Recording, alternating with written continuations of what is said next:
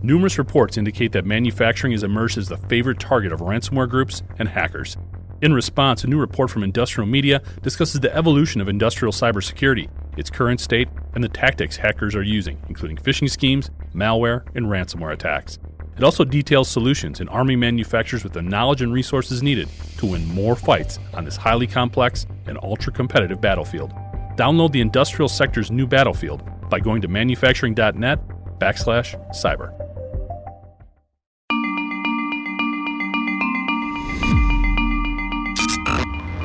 Hi, I'm Jeff Ranke, Editorial Director of Manufacturing.net and Manufacturing Business Technology. Welcome to Security Breach. One of the challenges synonymous with industrial cybersecurity is that in order to properly defend the OT environment, you have to know it. You have to take that inventory of linked assets, API calls, and cloud connections. You also need to know where your priorities lie in addressing vulnerabilities and applying patches. And perhaps most importantly, you have to know what will and what will not work for your specific operating environment. According to Nozomi Networks February 2024 OT-IoT Security Report, manufacturing was exposed to the most common vulnerabilities and exposures, or CVEs, in any other sector. Our industry realized a 230% year-over-year increase in this area. Addressing even a fraction of these CVEs would be daunting, which is why understanding your assets is so basic, but yet so vital in establishing priorities and implementing approaches best suited for your security needs. And according to the Cyber Risk Alliance's most recent ransomware report, selecting those approaches has become an area in which the industrial sector continues to improve. The report found that the number of mitigated ransomware attacks has increased due to a number of leading strategies. Atop the list is establishing data and system backups, which has been implemented by 33% of those surveyed for the report. Second was the implementation and execution of policies that directed how the enterprise will respond to attacks, including a disciplined adherence to not paying ransoms. The same number indicated detection and resolution capabilities that were made possible by a combination of frameworks, policies, and cyber tools. Finally, a healthy but lower number of respondents stated that insurance covered any costs associated with the attack. While identifying which of these might be the best approach is certainly up for debate, the key is that steps were taken and plans were executed to keep these businesses up and running in response to attacks that continue to flood our OT space. To discuss these findings and more, we welcome Jeff Nathan, Director of Detection Engineering at Netography, a leading provider of network security solutions, to the show. So, Jeff, first and foremost, thanks so much for joining us and welcome to Security Breach. Glad to have you. Thanks, Jeff. It's a pleasure to be here. Awesome. So, the dialogue here between us sort of got started in talking about the rising complexity of a lot of these attacks. It doesn't seem like their tactics necessarily have really morphed that much over time, but the organizations themselves are getting more high speed, and definitely the way that they're going about trying to disguise their behaviors has gone next level. What are some of the things that you're seeing in terms of, are hackers really getting that much better? Are we kind of lagging behind on the defensive posture, or what's your take there? I think it's maybe a combination of both those things, right? Yeah. I shy away from the idea of it being one or the other. As ransomware or as threat actors progress, naturally, they get to stand on the shoulders of those who came before them. Yeah. And attackers also leverage a lot of the beneficial research or the capabilities created by defenders. And you can't talk about ransomware without talking about the use of both Cobalt Strike and now Silver C2. So a lot of software is probably created with security software, in particular adversary emulation, is sort of created from the perspective of trying to help a company or groups assess. But there's naturally that double-sided, double-edged sword, if you will. Yeah. The tools can be used for benefit or for harm. So adversaries benefit from the research, and there's just so much more to try to protect. So I don't know if that were worse, but it's harder, and we expose more attack surface, and then measuring that, kind of separating the wheat from the chaff, the things that are actionable, gets hard. There's just more data in general and more background radiation. I mean, Yeah. so I don't know if there's a clear answer. But it's a little bit of column A and a little bit of column B. No, it makes sense. And that's similar to some other things we've heard before. You've mentioned a couple of different types of malware strains that are out there with Cobalt and some of the others. When it comes to particular to the way that the hackers are implementing and going about getting that malware into people's systems, are you seeing certain vulnerabilities that they're trying to exploit more than others? Is there certain inroads that they're able to take advantage of that maybe we're not thinking of, we're not defending against well enough, that just keep popping up over and over again? For this kind of questions, there's this tendency for us as people to want to find the single cause. What's the one thing that we can Yeah. focus on? And like, I'm just as susceptible to that as anybody else. Uh, on one hand, I want to say that the largest attack surface they're targeting is people.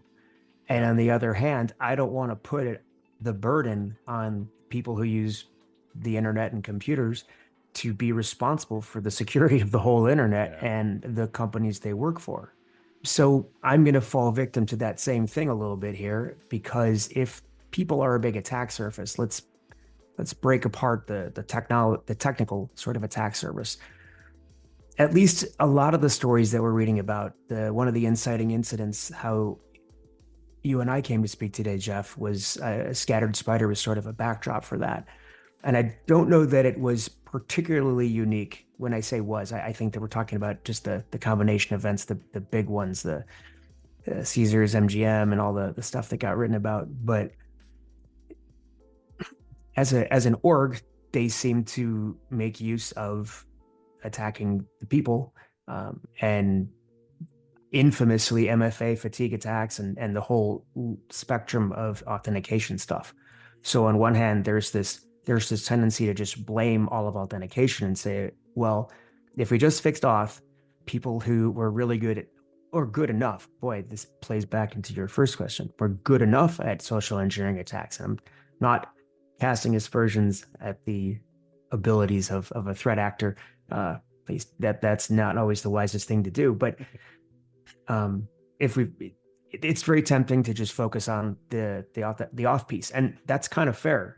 If I can take a quick digression here, I think it's more, if there's a recent vuln that leads to RCE where you can, through remote code execution, gain that initial foothold and do that, absolutely. But those have kind of a sliding window of effectiveness, Yeah. kind of revealed over time. And the rest, a significant majority, I think, still lives with the people side. Now, you bring up a lot of great points there, Jeff. We'll try to compartmentalize these, but they all bleed together eventually. We started talking about the complexities of these attacks, and you illustrated that perfectly because it all morphs together. And one of the things you brought up there is about the multi-factor authentication and the whole element that people then play in that process, either embracing it or not embracing it, which oftentimes can lead to those being a vulnerability in and of themselves, depending on how they're set up. So I'd be really curious to get your take a little bit now. We're telling folks double factor, multi-factor authentication, protect your logins, more complex passwords, all that stuff. But going back to Colonial Pipeline, that was the first one where they got people's credentials and they were to log in. We saw more recently, you mentioned the Caesars attack and the MGM attack. Even with the recent attack on the PLCs with Unitronics, it was because there was a default password that was still being used. What are you seeing there? How do we... It seems really simple, right? Hey, folks, do it better. But what's the reality of there? What have you seen maybe in trying to help people really realize the role they play in cybersecurity and the far-reaching impacts it has on an individual level? All right, from the people perspective, I think people people are put through a lot of training in their companies. They naturally are given, the larger the company, the more training you receive, and you're given this relatively sophisticated training to try to, give you the 2020s or 2024, Yeah, 2023, whenever version of security and safety starts with you, like the World War II yeah, posters, loose lips, sink ships. And again, we're sort of putting that on people. But when we're engaged in our daily lives, we're not really thinking about how the click relates to a misclick leads to access. But that's also not really reflective of what's happened in some of these cases. Let's take, I think it was one of Caesars or MGM was MFA fatigue. And so let's put ourselves in the shoes of the average person. And let's be even more specific.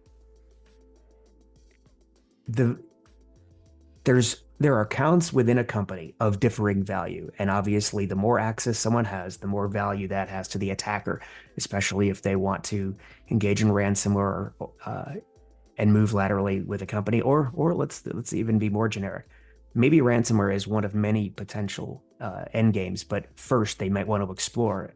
Maybe there are, rather than just the encrypt and exfil, or the encrypt in place, the in situ version. Maybe ransomware is sort of later down the line and they're just kind of exploring in a company. So the more access they can get off the bat, the better.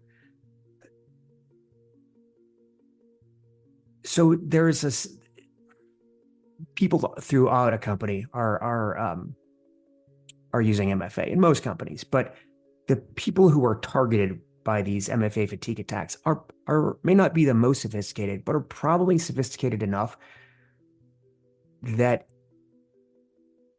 if they were at their best, if they hadn't been sleeping, or if they hadn't been living their daily struggle, if they were given the moment to just think another few seconds, they probably would have behaved differently. Yeah. But one of the hardest things is that part of the success of any social engineering attack, it works because we feel some kind of time pressure. We feel this emotional response to do something. And these emotional responses are actually a huge part of how these attacks work. So if it's an MFA fatigue attack, your phone is blowing up and you might think it's an emergency. So you might be inclined to just make it shut up already by tapping the button on your phone. And when it's the individual whose individual machine has been affected by ransomware, or is in the midst, maybe it's not ransomware, maybe it's just some other scam, like a fake tech support scam, or just anything. Fake tech support scams are pretty decent examples. You think your machine's infected, you think your machine is somehow misbehaving, and the answer is to quickly interact with these people who act like they're there to help you, or they're warning you of this impending doom and you have to act right away. So our emotions play a part in that. But they also play a part in another aspect of this that we're not thinking about. Not all MFA is phishable, but most of it is. Almost the MFA used by your bank, the MFA used by your credit card, the MFA used by the major technology companies that you use. The default mode, and almost all of them, is phishable, using adversary in the middle. You log into the fake site, and it's. So let's go through that, like our feelings about that too. Feelings maybe is not the right word, but sort of our psyche, how we become conditioned. Yeah. If you're used to logging in and there's this extra step, well, if you expect it, and the fake site that you're interacting with, or the fake whatever the thing you're interacting with, goes through the same workflow, you're likely to do it. So there's this kind of leads us to this destination that says, in our desire to build more security into things, we've conditioned people into behaviors that we've conditioned people to proceed with a thing they think is part of security when it might not be. Yeah. And in which case, we have to ask ourselves, have we actually added more security? Yeah, it's a great point. I mean, and that lends back to the two basic principles here. Again, this is a complicated attack when you're looking at credential harvesting off of a multi-factor authentication platform. But at the same time, it's the blocking and tackling. It's making sure that that site that you're going to authenticate your information is the right one and that it's valid. It's looking at all the different elements to that. Where did the link come from? What site are you actually on? Even though it looks exactly the same, are you looking at the URL and all those other things that we have to train people to pay a little bit closer attention to? Because I think for so long, and you mentioned time sensitivity in manufacturing, for our audience, that's what it's all about. It's about staying up. It's about getting product out the door as quickly as possible. So it is breaking down a paradigm shift there. It's sort of using the paradigm they operate in against them, and then having to shift again a little bit to take time and slow down to look at all this stuff properly.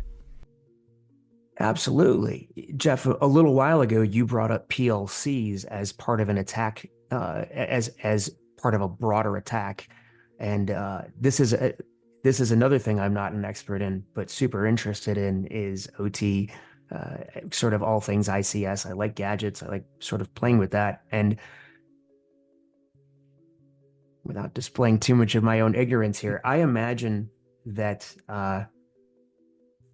I imagine that specifically in OT environments, there are the same kind of complexities that we had in things that are more mature now, but had to go through this process of becoming more mature. And so we think about, for example, the phrase that is often thrown about in cybersecurity or infosec is the blast radius. We're trying to limit Yeah. the blast radius of any given attack. And so one of those approaches in sort of cloud environments are credentials that have like limited scope, these service credentials. And as OT environments advance, as they evolve, that is part of how that is part of limiting that blast radius. But it's not sort of a one piece fits all, because there are all these other pieces that seem to be part of like how people are supposed to build OT networks. And your audience might laugh at me because someone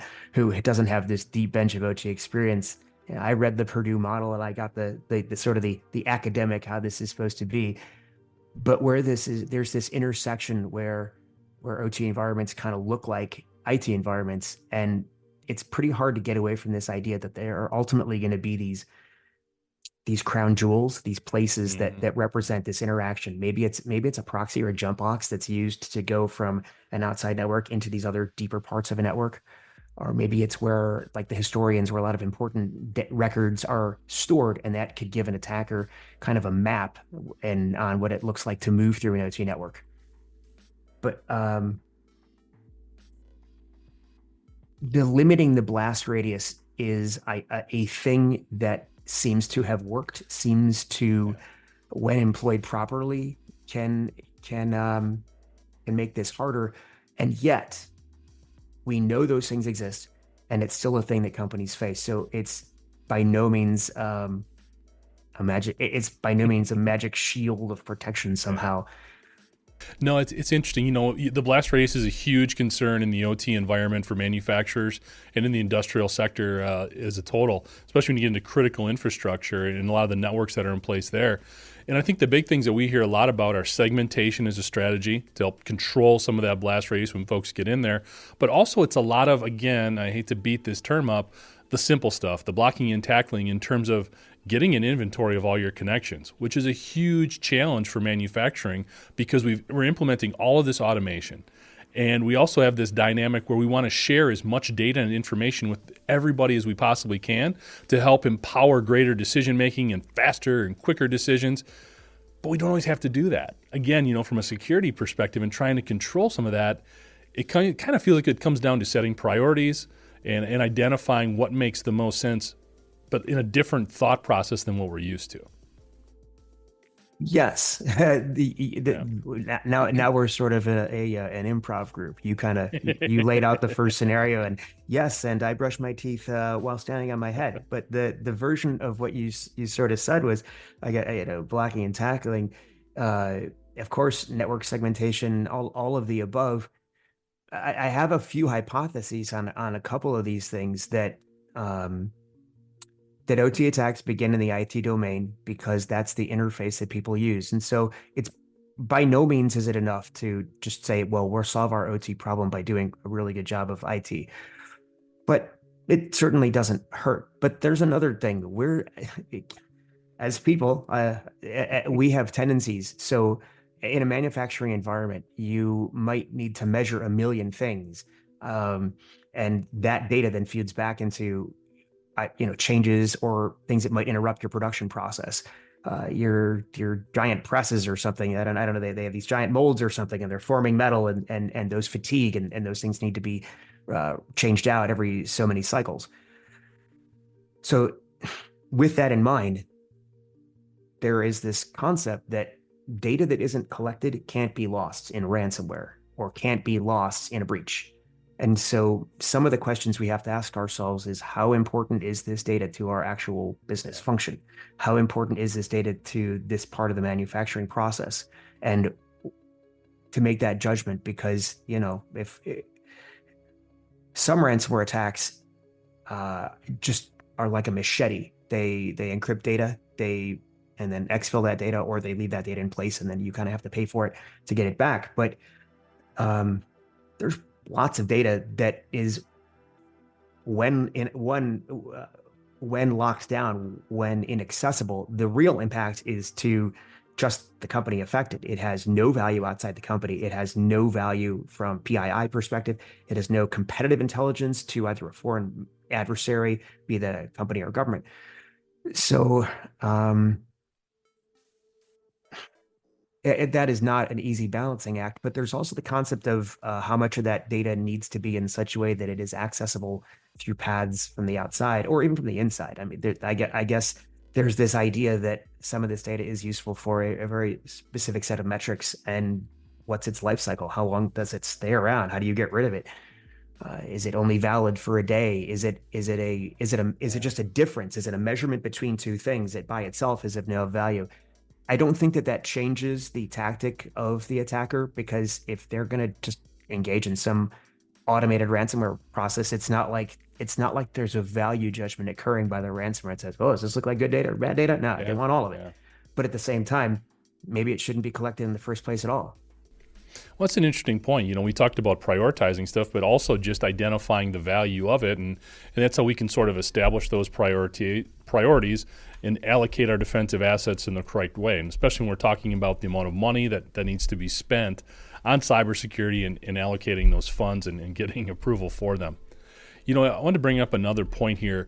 Visibility has become a huge priority now in the industrial sector because, again, all these connection points, growing attack surface, all of that. What I'd like to get your thoughts on next, Jeff, is, again, we keep talking about blast radius and trying to control things. What types of tools, I guess, have you seen been most effective? There's just been this proliferation of different options out there right now, which at times can be really confusing, especially as we're sort of in the infancy when we look at OT-specific cybersecurity. So could you give us some thoughts on the types of tools maybe we should be looking at to best ward off some of the attacks that are coming our way? Post Snowden revelations, it's not a surprise to anyone that we learned that we often think we sometimes overlook what it actually means for our device to be compromised, whether that device is your phone or your computer, because all the encryption built in on our devices, it only works because of the point at which the attacker is observing that data. If they're observing the data between two other endpoints, they're going to have a much harder time seeing the encrypted data. But once they're on like your device or a device, and they're looking at the traffic related to that device, they can see the data before it's been encrypted. There's a great likelihood. So when it comes to sort of tools that talk about that, when it comes to tools that compensate for that, it's tools that are detecting behaviors despite there being a lot of encryption on the wire from the network side, or tools that live on those endpoints. I can talk about one more concept there that people usually don't think about, but tools that observe the behaviors on the endpoint such that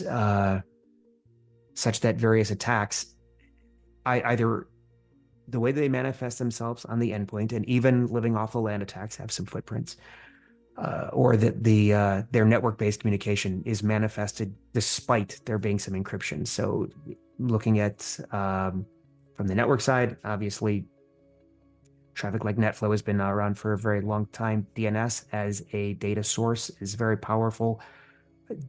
Naturally, DNS is a bit of a complicated bag of answers, because DNS has been moving to use different ways of communication, DNS over TCP or DNS over HTTPS, and so now those exist in an encrypted domain.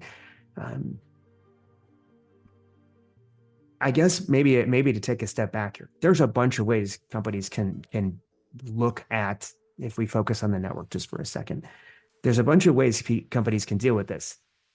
from the IT perspective, they might decide to interpose themselves with all the TLS traffic, creating potentially a vulnerability insofar as decrypting all that TLS traffic before it leaves their network. The traffic that they couldn't decrypt for whatever reason, they might decide to sequester, block, or do something else. But then once they decrypt it in transit, they inspect it, re-encrypt it, and send it on. That's not unheard of. It's done quite a bit. It sort of changes the game a little bit in cloud networks where both sides are using encrypted traffic and they're sort of they mutually have keys. That's the MTLS version in the cloud. But that's a big complicated mess and is doable, but the larger the company, the harder that becomes, and the more diverse the number of things they're using, the harder that becomes. And depending on if they are a big OT environment, that probably becomes darn near impossible just because of how much compute is there on certain networked devices. So one of the other techniques then is to sort of do the equivalent of, I'm trying to remember what the FBI calls this. I think they call it a pen register. So instead of sort of getting the context, the who's actually talking on the phone and like a wiretap, they get the who called who. And in the network universe, that's flow, and that's the records of, yes, who talked to who and for how long, and maybe how much data was transferred over how many packets. And that's sort of a technology that's been long used by network service providers or internet backbone companies, but a little bit less so in the enterprise and perhaps the OT environments. But it is a place to observe and see how things are manifesting themselves on the wire. And you may not call it a natural outlet of encryption, but it's sort of an understandable place for people to turn if there's just too much encrypted data for them to reliably do sort of a packet level detection of things. Interesting. We always talk about securing the endpoints. It's a huge deal in the operational technology environment, but not necessarily encrypting that data. So that's an interesting focal point that we might want to look at moving forward. That's something we haven't talked about. So interesting point. I don't know if it's possible. Like, people have talked about encrypted data, the data at rest for the data in transit, but the number of ransomware attacks we see in places that might have been able to do it, it may be an intractable problem. I hope it's not, but I don't know. Very interesting. Well, as we look ahead here, and we've been talking about a lot of different stuff, this is usually one of the questions I ask towards the end, but I'll throw it in here. What are some of the other bigger trends that you're seeing right now in cybersecurity, either from an offensive or a defensive perspective? Oh my gosh. That's such a great question. When people talk about responding to something that happens in security, people have been companies, people, there's a lot of effort focused in any company on what happens when they see some kind of incident, some kind of potential incident. And we've seen an evolution over a long time over trying to do different things. How do we decide how to spend the few resources we have when we think a thing is happened? And one of the things we're observing then is a whole bunch of different approaches in how to do that activity differently. Some approaches, for a few years ago, for example, we saw an argument that said we're going to try to automate some of that, not the resolution of what happened, more all the earlier steps. And that's the SOAR stuff, the security operations and automated response. I think that's what that was, the phantoms of the world and their competitors. And so they would take some alert from your security device and then add some more data to it and maybe automatically go create a ticket in your ticketing system and then bake all that data together. And then by the time someone came along, they would do a better job of being able to get to the bottom of it. I don't know that moved the needle much, but I think that was probably put together with a deep understanding of how pretty deep understanding of how SOCs work. And I don't think I'm going out too far on a limb here by saying I'm pretty sure people in SOCs are still measured. Their performance is still measured by the number of potential incidents they close, the number of tickets they close. If I'm being unfair, please at me, I would deserve it. But as long as that's the case, we might be creating perverse incentives and achieving perverse outcomes. So now we're still seeing some of that, but now maybe people are asking some better questions, which is if we're going to try to if we're going to try to invest human resources to go human capital, human resources, if we're going to invest human capital to go figure out what was the meaning of a potential incident, we should probably do a better job in two ways. First, figuring out whether or not that actually meant something. So instead of trying to annotate that ticket with as much context information, maybe we should instead try to prove it false. The whole security industry is really bad at this. We are not scientific. And so on one hand, I want to say that an upcoming trend in security is that we are thinking more scientifically. Instead of trying to prove things work, we're trying to prove things don't work. And by trying to prove things don't work, we're anticipating, we're thinking around corners. We are being the devil's advocate. We're doing using alternative analysis to uh, to do a better job when we're looking at a particular incident. I think I think there's some companies doing that better, and what they're and trying to then say, we have first done everything we can to automate that first part of the process, but they're trying to prove that it actually was bad. And even though that sounds maybe really bad, or maybe it sounds much like the same,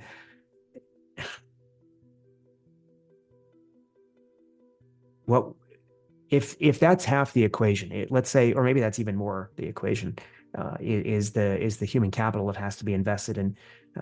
I see that as a trend. I see that companies are still, the trend line is simply the companies are trying to give more tools to SOCs, but I think that the smart one is trying to automate the falsification. I don't mean like making things up. I mean prove things false. Making that scientific. But the other side of this is then distinguishing between an event and an actual compromise. And so I think that is like an advance that companies in the defensive security game are trying to do too.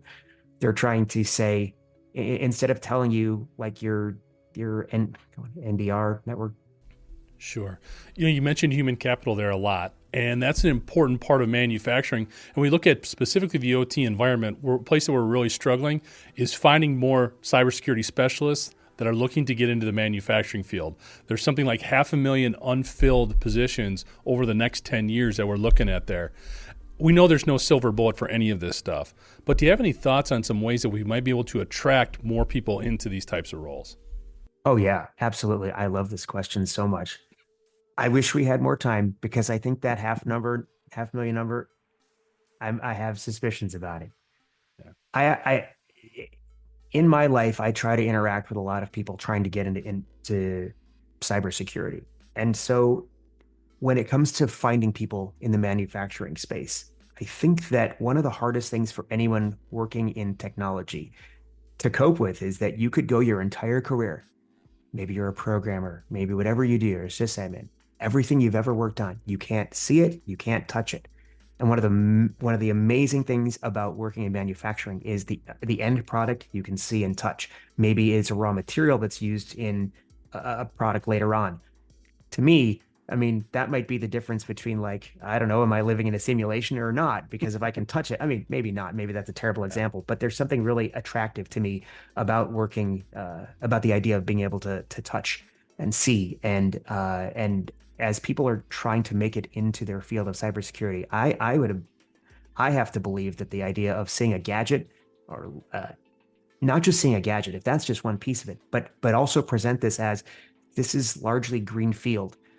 The OT environment and its overall sort of security posture, of course, benefits on all the work that was done on the IT side, but is just unique enough that it's still very in its early stages. And this is a place where people getting into InfoSec for OT can blaze that trail. They can define what it's going to look like in the future. They can find new vulns. They can invent new ways of building better detectors, better mousetraps, and then advance the state of security for OT. So, sort of coupled together, I guess I would add one final thing about this.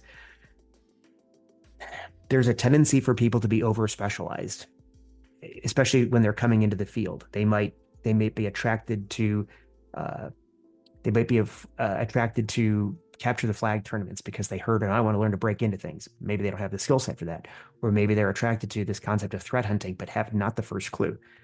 Um, there are people out there who talk about hiring and talk about how they found some amazing people, and I think that maybe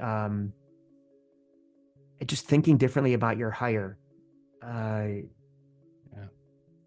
People, the larger the company, the bigger the opportunity they have to mentor. Small startups do not. You have to hire, you have to execute right away. But a larger company has that chance to mentor and grow someone into the role.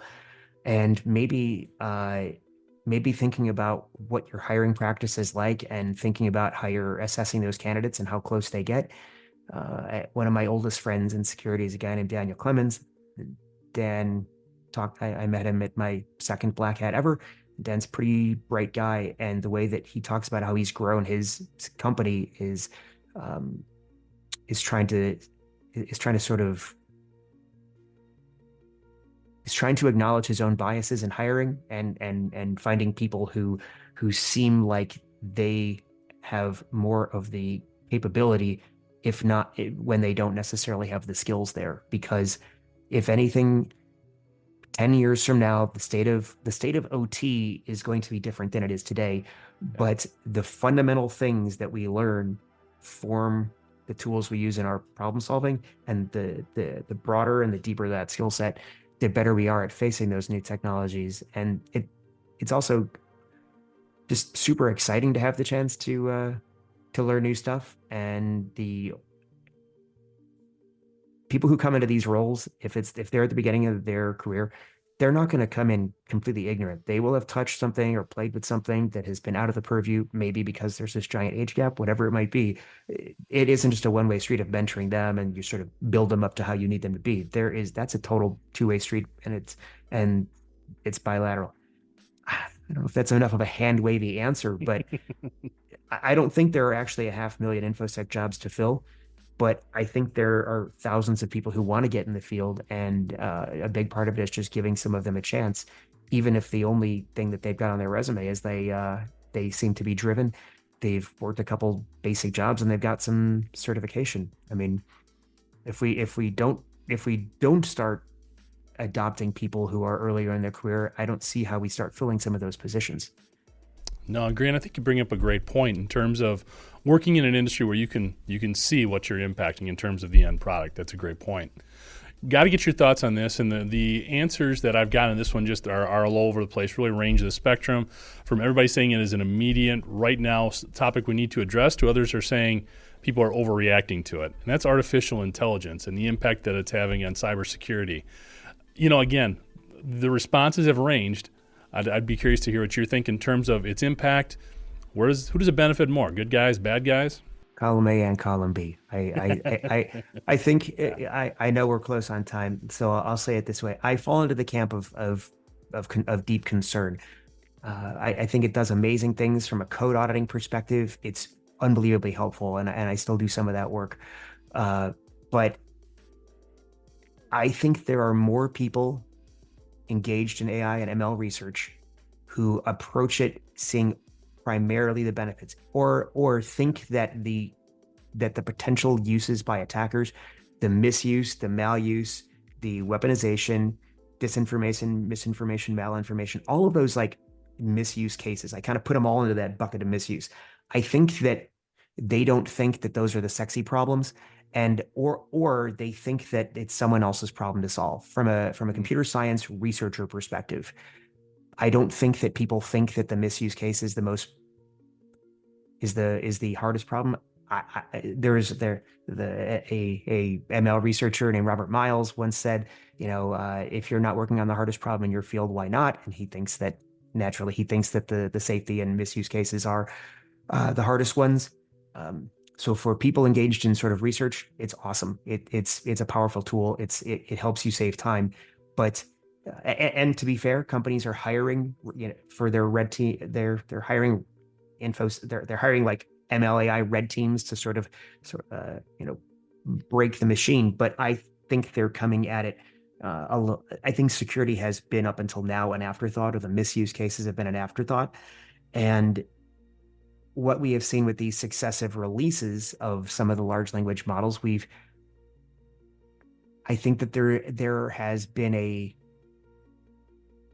bit of a miss in anticipating how they'll be misused. And if we don't invest more resources, we're going to be in a bad spot for a while. I don't know that it's going to kill humanity because I don't think we're there yet in terms of its reach, but in terms of a world where we depend on the accuracy and reliability of information to sort of know what's real and to make decisions, I don't know that we're ready for all of the misuse cases. And I don't know that the investment in the potential harms reflects people's concern for that. So we've talked about a lot of challenging stuff here, and I think in cybersecurity there is a tendency to gravitate towards, well, the more headline-grabbing things, the ransomware attacks, the malware drops, and all the negative stuff. You're involved in this every single day. This is what you do, and you've been involved with it for a while. What helps you sleep at night? When you think of the state of cybersecurity right now, what gives you some reassurance that when you put your head down at night, you feel like things are under control or they're going to be okay? The InfoSec community is incredible. It's filled with all of these people who are tasked not through federal mandate, not through law. No one came and told them what to do. They are interested in the world enough that they have invested their professional lives and their time to make things better. And there are these pockets, these communities out there, these vetted communities where people get together and they share information. They work for competitors. They work for security companies. They work for manufacturing companies. They work for all these different companies. But regardless of the flag that their ship flies, they come together, they build trust relationships, and they share information. And they create opportunities and capabilities for companies to defend themselves. And when there's an emergency, they self-organize. When there's an internet scale event, they self-organize into working groups, and they share the intelligence, and they share their mitigation strategies, and they work together to make a better internet. And this self-organization, these communities, these alliances, built up over many years, and they continue this day. And it is the fact that there are so many awesome people out there doing this work without accolades, not asking for any recognition, that do it day in, day out, and are just silently plugging away, is what helps me sleep at night, because they're incredible and they're just doing it. And without them, I think we would see a much more dangerous and scary world. And I'm just so thankful for them. That's what helps me sleep at night is, I guess, colleagues and people who I don't know or have never met, but are just out there doing the work and pushing the state of security forward and actually trying to share what they've done to make it better for everybody. Thanks, Jeff. And for more information on Netography, you can check them out at netography.com. That's netography.com. Thank you for joining us today. And to catch up on past episodes, you can go to manufacturing.net, IEN.com, or mbtmag.com. You can also check Security Breach out wherever you get your podcasts, including Apple, Amazon, and Overcast. And if you have a cybersecurity story or topic that you'd like to have us explore in Security Breach, you can reach me at jeff@IEN.com. For Jeff Nathan, I'm Jeff Ranke, and this is Security Breach.